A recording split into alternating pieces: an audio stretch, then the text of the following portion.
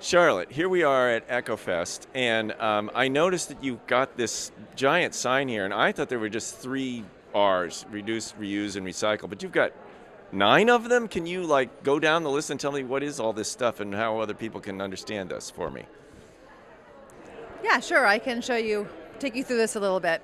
So right now we've got a couple of different policies in the town of Arlington for refusing single use. This includes saying no to plastic bags when you're at the grocery store. That was once something that we had to be concerned about in terms of saying no. Now it's a town policy, and there are no plastic bags available in our grocery stores anymore. Similarly, write down reduce. I have PS there, polystyrene. This is a particular kind of plastic that doesn't have very much value when it's recycled. So, Stuff over here. no, I don't have any polystyrene right here. Oh, I have expanded polystyrene here. So expanded polystyrene has a lot of air pumped into it. It's only 5% plastic and 95% air. The reason we want to get this out of food use, for example, like to-go containers, is because it's often confused as recycling, but it's not. It's very contaminating in our recycling, so we want to keep this kind of expanded polystyrene out of our recycling, 100%. But there's other kinds of polystyrene number 6 plastics that are just not very valuable in the recycling stream. And so there's some policy proposed to prevent polystyrene products from being used in certain circumstances. Repair, there's a lot of, there's even some state policy that's called the right to repair. So there are a lot of electronics that are made to be basically single use, to last 3-6 months, a year, and then die.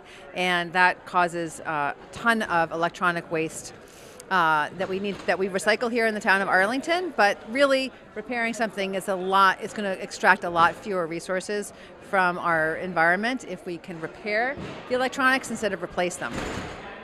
So redirect. I've got redirect here to talk about clothing exchange and textile recycling. If we can redirect some of the common materials that we might find in our trash to a higher use, that's what we should be doing. And clothing, whether it's reused as clothing or whether it's reused as insulation material, this is a great way to redirect our textiles for higher use than trash. I've got redesign on here because food waste is such a problem that it's actually being redesigned at a federal and state level. We need to really rethink how much food is being produced and processed and not consumed. So in Arlington, we're very fortunate to have our own nonprofit, FoodLink, and they are redirecting food waste from the point of sale. So if one of our local grocery stores has food that can't be sold, but it's perfectly able to be eaten, then it can be, by volunteers, it can get redirected to another use. So really, this is a full redesign of our food system, food waste system. Food scrap recycling is another way another point of waste diversion that we all have available to us now. Right now it's subscription service or composting in your backyard. Those are the two most common ways that people are diverting food waste now. Reuse is a very common term. We're going to be promoting that a lot more at Public Works with more attention to all the opportunities that there are through social media and through donation and through thrift stores locally to be able to reuse items instead of people having to buy brand new ones.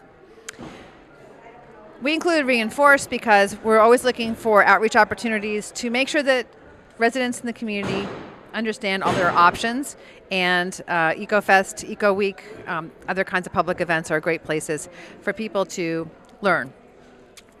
We really want people to reconnect with their environmental concerns, and volunteering is a great way to do that. You'll be working with other people who care about similar topics, and you learn a little bit from each other, and it feels really good to be volunteering on behalf of the environment.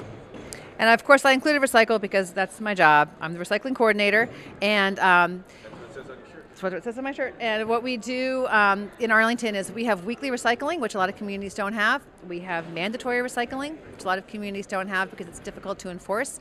And we enforce our mandatory recycling. So if you're not putting out recycling with your trash won't get taken. So it's a pretty simple way to give people that reminder at the curb that they need to be thinking about recycling every time they put out their trash. So thanks for asking, Glenn. Well, you're welcome, Charlotte, and I really appreciate you filling me in on all this because I think there's a lot of people out there who are thinking about this and don't have like a more complete rundown of the things that they can do, and it doesn't really cost that much for most of this to happen. So thanks again, and good luck cleaning up after EcoFest here on, what is it? Sunday, March 3rd, 2019.